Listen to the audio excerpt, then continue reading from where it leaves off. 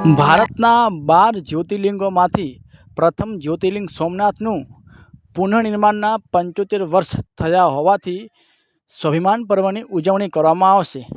તે નિમિત્તે ભારતભરમાંથી અનેક લોકો આ મહોત્સવમાં ભાગ લેશે।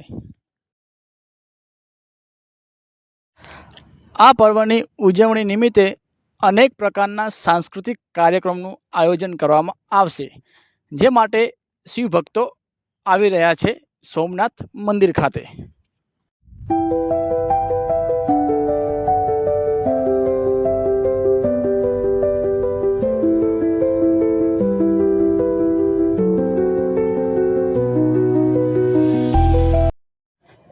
ભારતનું પ્રથમ જ્યોતિર્લિંગ એટલે સોમનાથ જ્યોતિર્લિંગ।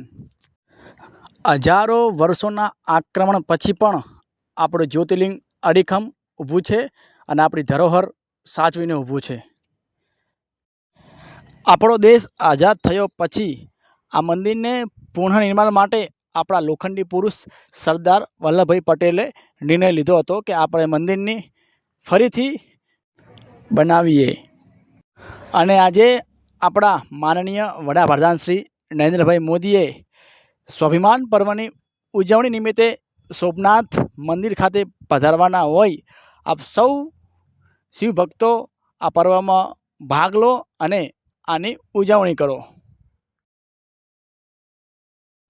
આપણા વડાપ્રધાન શ્રી નરેન્દ્રભાઈ મોદી સ્વાભિમાન પર્વની ઉજવણી કરવાના હોય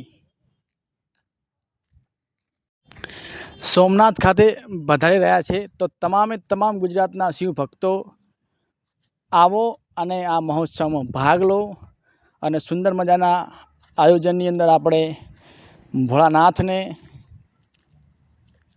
દેવો કે દેવ મહાદેવને દર્શન કરી અને ધન્યતા અનુભવીએ।